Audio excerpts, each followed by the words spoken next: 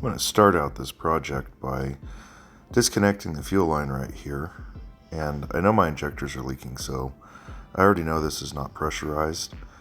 If your injectors are pressurized, then this is going to squirt all over the place when you unhook it. Here I've paused it so you can see the clip a little bit better. You just undo this little white tag right here, and then you can push the bigger part up to unlock it. And then you just pull off the fuel line. Then you just proceed to unhook all of the electrical connections on top of your injectors.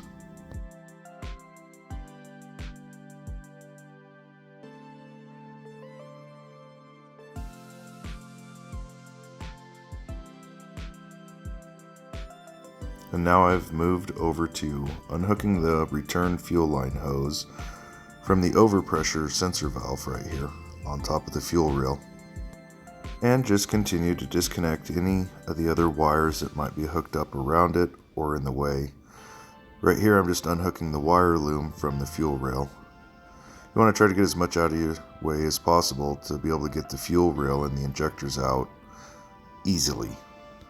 Now that I believe I got everything unhooked out of the way, this fuel rail is only hooked down with 2 bolts, and they're a 10mm on this car. Now that everything is unhooked, we're just going to grab it and wiggle the whole assembly out in one piece.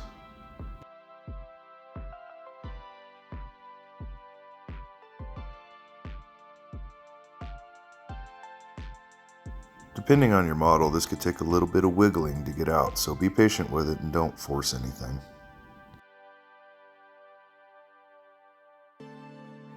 It was 10 degrees out when I was working on this car, and I thought I actually hit the button on record for the first 2 injectors, but I didn't. So here you can see I'm just popping off the keepers. Different models will have different ways that it's connected. Some are just pushed in.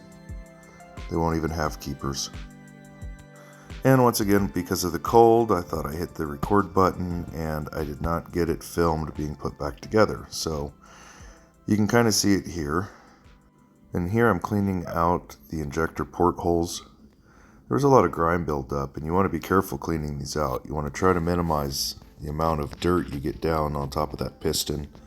Could cause damage, and you don't want that, so take your time here and do a good job. Now that I got everything cleaned, we're just going to slide this back in, and everything is just going to go right back together the same way you took it apart. I would also like to add, I added just a little bit of petroleum jelly on the gaskets on these injectors. You may not have to do it, but I like to add just a little bit of lubricant just to make sure that everything goes back together smoothly.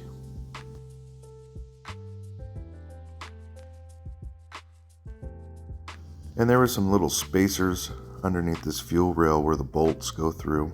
I almost forgot to put them back on. Just make sure to take your time and do everything in reverse when you're putting it back together, and you'd be amazed how actually easy most mechanical things are to fix. Now, I'm sure these bolts have a torque spec, and, well, if you're unsure, look them up. Every bolt in an engine has a torque spec. But I've been doing this for a very long time, and I'm just going to tighten it to how tight it was when I took it apart. But if you're new to this, please, when in doubt, look it up. Some things are actually very important to torque back the way they need to be. And now you just reassemble it the exact same way you took it apart.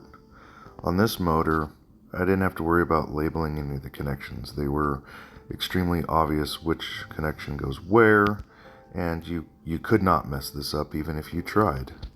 And that's how you replace an injectors.